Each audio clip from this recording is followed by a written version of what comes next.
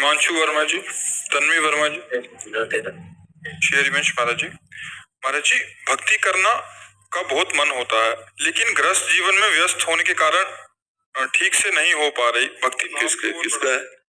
हाँ, तो गृहस्थ जीवन में तो बहुत बढ़िया हो जाएगी, कोई परेशानी नहीं। जितना टाइम देना चाहते हैं मतलब उतना नहीं, पूरा टाइम भक्ति होगी। आप उसको केवल समझ लीजिए, जो आप व्यापार करते हो, जो आप नौकरी करते हो, या जो आप गृह कार्य करते हो, वो भगवान के कार्य नहीं मान सकते हो आप? क्या भगवान के कार्य वो नहीं है? आप हमें बताओ, है ना? जब युद्ध रूपी कार्य भगवान की पूजा हो सकती है, तो आपका व्यापार, नौकरी, गृह कार्य, ये क्या आप भगवान की पूजा नहीं हो सकते? अर्जुन जी कह रहे मैं युद्ध नहीं करूंगा, एकांत में भिक्षा मांग कर खाकर भजन करूंगा, संन्यास लूंगा। भगवान ने तो मना कर दिया कि ये नहीं करना है, आपको युद्ध ही करना है। तो भगवान को पसंद है अपने कर्तव्य का पालन करना। आप जिस गृहस्थ धर्म में हैं, अपने कर्तव्य का पालन करें तो वो भगवान की पूजा हो जाएगी। जैसे मानो पत्नी है, पुत्र है, माता पिता है, आप अच्छे धर्म के द्वारा धन कमाइए और उनको सुख प्रदान कीजिए और उनमें भगवत भावना कीजिए। घर में ठाकुर जी विराजमान है, हाँ, जब भोग बने तो ठाकुर जी को भोग, हाँ तो ये सब भजन ही तो है ना। भजन को मतलब क्या समझते हो? आपकी कहीं एकांत गुफा में जाके चुपचाप बैठ जाना, तो बैठ पाओगे? चुपचाप भाग पड़ोगे, नहीं भाग पड़ोगे यार। पहले तो मन ज्यादा लगता था, अब तो एकांत में जब से है तो भजन नहीं हो रहा है। आप फिर युद्ध देखोगे मन का। गृहस्थी में बहुत बढ़िया भजन होता है, बस शुरुआत यहाँ से होती है। नाथ सकल संपदा तुम्हारी, मैं सेवक समेत सुतनारी। पहले ये मानो टोटल ये सब श्री भगवान का है। मुझे जो कार्य मिला है वो भगवान का कार्य है। आपको रैदास जी का चरित्र सुना होगा। रैदास जी का, वो वही काम करते थे जो उनको, और कठौता रखते थे उसमें जो सम्राट बनने वाले बड़े बड़े सिद्धों को उसी जल से फेल कर दिया चरित्र में, उसी जल से। और उनका सूत्र था मन चंगा तो कठौती में गंगा। और गृहस्थी में थे।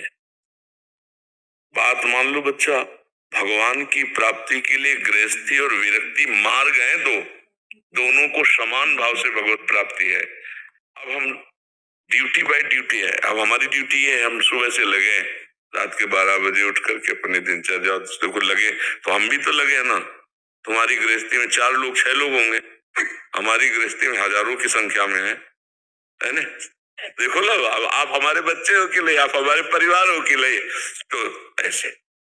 अब हमें बंधन इसलिए नहीं कि ये मेरी नहीं है, आप मेरे नहीं हैं, आप प्रभु के हैं, इसलिए आप आए हैं।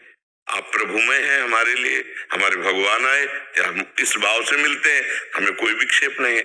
यदि आप अपनी पत्नी में भगवान देखें, अपने पुत्र में भगवान देखें, माता पिता में भगवान देखें, अगर मंदिर ना भी जाओ तो चलेगा, क्योंकि घर में आप भगवान देख रहे हैं ना। अब मंदिर में भगवान देख के और घर में कलह अशांति मनाओ, माता पिता और परिवार के जन अशांत आपसे रहे, तो ऐसी भक्ति की हम मान्यता नहीं देते। भले मंदिर न जाओ, लेकिन अपने घर में जो सदस्य आपको मिले हैं, भगवान ने दिया है, पत्नी, पुत्र, माता पिता, ये आपको कर्तव्य दिया, भगवान ने पूजा दी, इनकी पूजा करो, इनके अपने अपने धर्म के अनुसार।